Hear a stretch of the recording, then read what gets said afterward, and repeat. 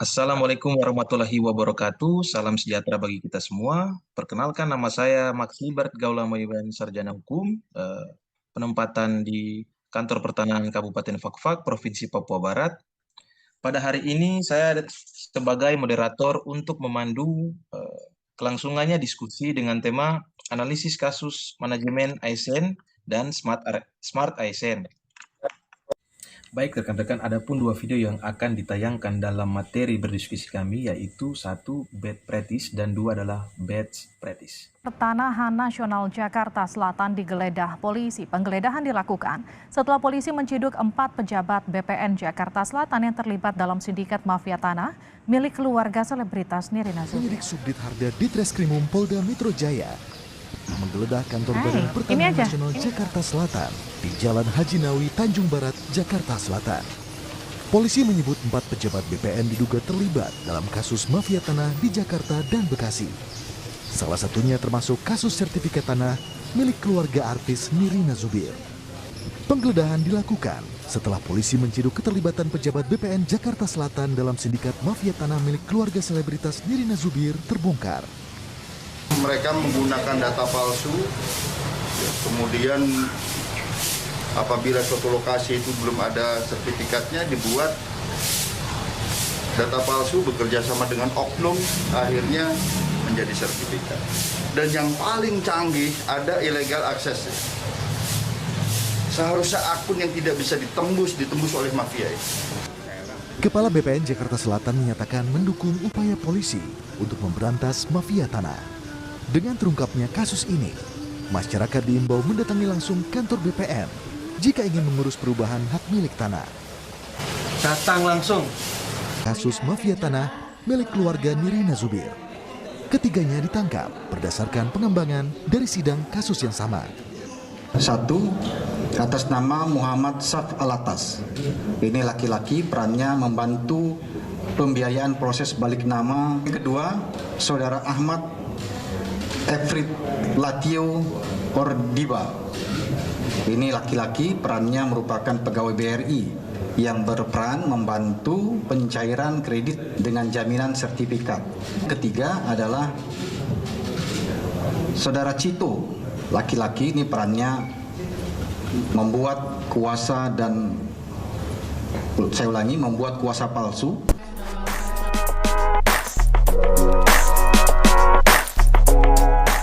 Badan Pertanahan Kabupaten Kendal menorehkan inovasi terbaru mengadopsi layanan drive-thru dengan Loketku yang hasilnya sangat membantu masyarakat.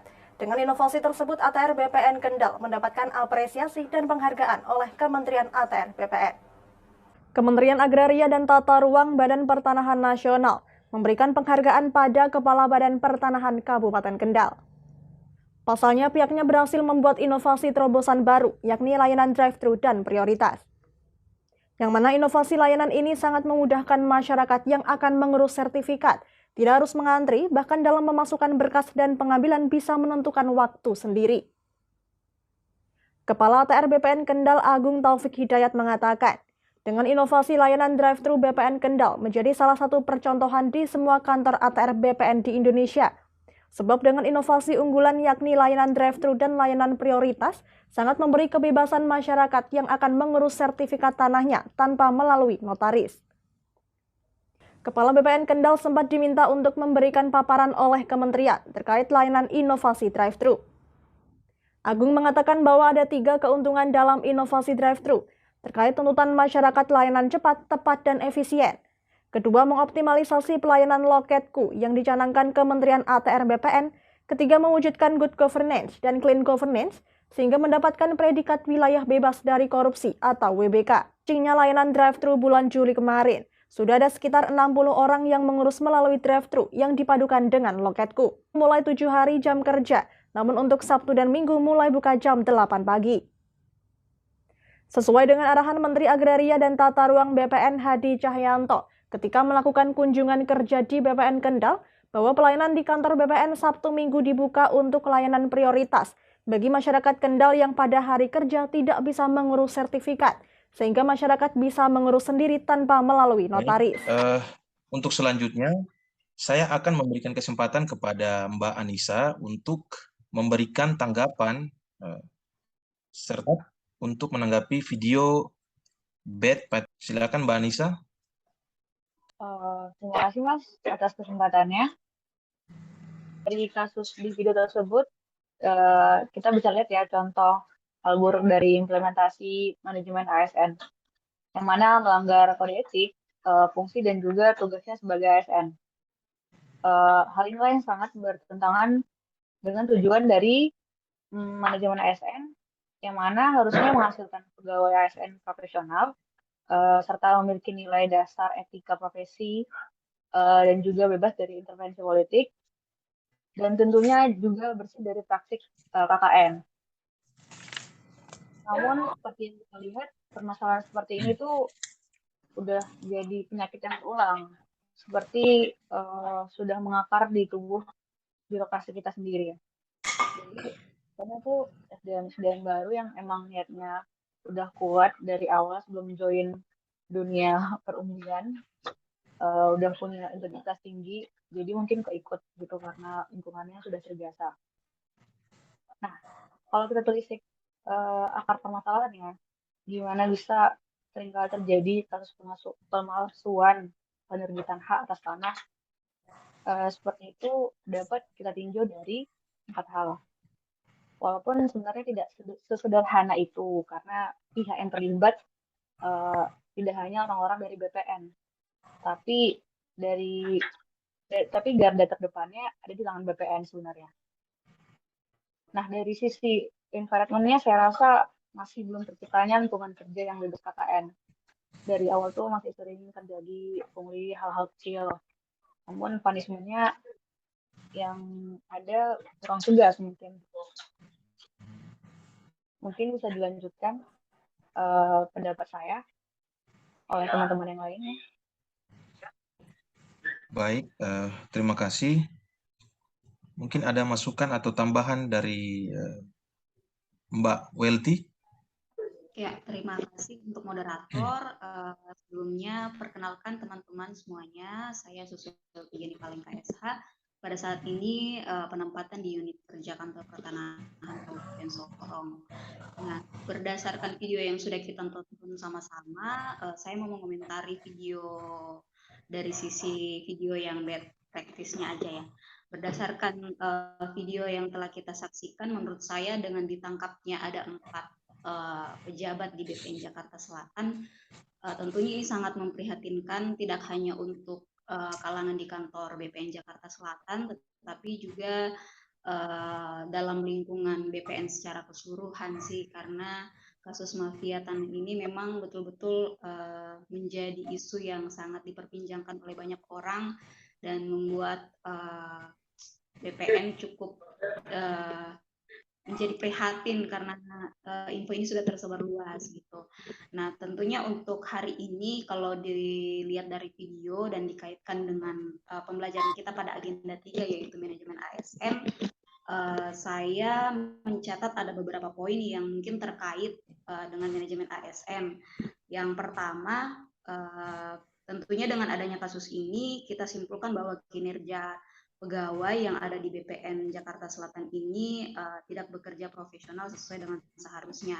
Padahal manajemen ASN ini itu juga meliputi untuk penilaian kinerja seorang PNS. Jadi menurut saya dengan adanya kasus ini kita bisa melihat bahwa dari sisi kinerja pegawai yang terlibat mungkin jadi sisi buruknya ya untuk pegawai yang terlibat begitu. Kemudian untuk poin yang kedua, dari sisi disiplin dengan kejadian ini kalau kita sambungkan dengan manajemen ASN, di mana dalam manajemen ASN sendiri itu diatur mengenai disiplinnya seorang pegawai untuk mengikuti aturan-aturan yang ada di dalam instansi. Jadi dengan adanya kasus ini menurut saya kita bisa lihat bahwa masih ada pegawai yang tidak disiplin dengan aturan-aturan yang sudah ditetapkan dalam instansi seperti itu. Kemudian yang ketiga, kalau kita kaitkan dengan manajemen ASN, di mana dalam manajemen ASN ini kan juga meliputi mengenai pemberhentian ya. Jadi yang kita sudah pelajari sama-sama di agenda 3 bahwa pemberhentian itu kan ada 2 macam ya, pemberhentian hormat dan pemberhentian tidak hormat. Nah, kalau kasusnya seperti ini sih, kalau dikaitkan dengan manajemen ASN, mungkin para pejabat yang terlibat akan mengalami kemungkinan pemberhentian untuk pemberhentian dengan tidak hormat gitu. Karena kalau yang kita ketahui biasanya kan kalau yang hormat itu kalau kita mungkin pensiun atau permintaan sendiri seperti itu. Jadi kalau dengan kasus mafia tanah seperti ini, kalau menurut saya itu akan berdampak pada pemberhentian. Baik, terima kasih. Setelah itu batch saya meminta tanggapan untuk Mbak Farah. Waktu dan tempat saya persilakan. Baik, terima kasih sebelumnya kepada moderator. Perkenalkan, saya Farah Fadila Efrendini, penempatan di Kantor Pertanahan Kota Solok, Sumatera Barat. Nah, dari video yang sudah dapat kita lihat bersama-sama, saya dapat menarik kesimpulan, yaitu yang mana di Kantah Kabupaten Kendal sendiri itu sudah melakukan inovasi pelayanan berupa pelayanan dalam bentuk drive-thru, pelayanan drive-thru. Nah, hal ini saya dapat katakan bahwa Kantor Pertanahan Kabupaten Kendal itu sendiri sudah menerapkan yang namanya Smart ASN. Kenapa saya katakan begitu? Karena pada hakikatnya adalah Smart ASN itu suatu keadaan di mana seorang aparatur sipil negara mampu menerapkan dan bersifat adaptif terhadap teknologi yang berkembang. Kita sebagai aparatur sipil negara harus mampu menguasai teknologi, tidak hanya terbatas pada Microsoft Word, Microsoft Excel ataupun PowerPoint. Nah, dengan adanya pelayanan drive-thru itu sendiri dapat meningkatkan pelayanan kepada masyarakat Kabupaten Kendal dalam mengurus sertifikat. Mana kita ketahui bahwa sertifikat adalah salah satu kepastian hukum yang diberikan kepada masyarakat terhadap kepemilikan dan penguasaan tanah. Sehingga menurut saya hal ini akan nantinya dapat memberikan pelayanan yang baik kepada masyarakat sehingga terciptanya pelayanan yang efisien, mudah, terjangkau bagi masyarakat. Mungkin dapat dilanjutkan kepada peserta lainnya, dikembalikan kepada moderator. Baik, terima kasih atas tanggapan yang diberikan oleh Mbak Farah. Selanjutnya, silakan Mbak Fanya untuk memberikan tanggapan terkait video batch Patris ini. Baik, terima kasih sebelumnya Mas. Perkenalkan, nama saya Fanya Novera, penempatan di Kantah Kabupaten Sejunjung, Sumatera Barat. Saya akan berpendapat mengenai video batch Patris ini tentang Kantah Kabupaten Kendal ini, yaitu ini termasuk kategori Smart ASN yang saya detailkan lagi, termasuk kepada transformasi digital, di mana Kabupaten Kendal ini menggunakan layanan drive-thru untuk mempermudah orang-orang yang tidak bisa melakukan pendaftaran di hari yang sibuk. Kemudian mereka bisa juga masuk kepada pemohon prioritas yang dapat dilakukan pada hari Sabtu dan Minggu. Pelayanan drive-thru ini juga memungkinkan untuk pemohon tidak menggunakan notaris. Dari sisi Smart ASN ini dapat mengurangi biaya. Kemudian dengan peralihan sistem digital ini sejatinya dapat mempermudah kita sebagai pelayan publik dan masyarakat, karena semua kegiatannya itu tersistem sehingga data-data yang ada tidak gampang hilang atau lainnya. Terus bisa juga menentukan waktunya sendiri kapan ingin datang ke kantor pertanahan tersebut. Kemudian adanya kemajuan dalam sistem ini membuat kerjaan menjadi lebih efektif dan efisien. Karena transformasi digital ini adalah sebagai salah satu poin yang kita sebagai ASN harus mengikutinya, beradaptasi dengan perkembangan teknologi. Mungkin itu saja, saya kembalikan kepada moderator. Akhirnya kita telah sampai pada penghujung hasil dari diskusi ini terkait dengan materi video batch.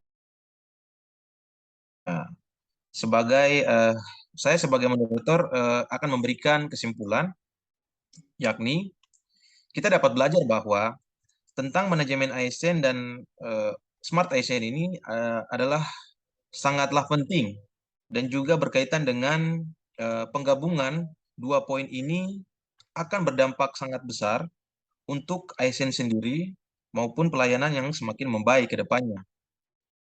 Juga dapat meningkatkan kepuasan masyarakat pada pelayanan serta instansi itu sendiri. Demikian diskusi dan tanggapan maupun materi kali ini. Assalamualaikum warahmatullahi wabarakatuh. Salam sejahtera bagi kita semua. Sekian dan terima kasih.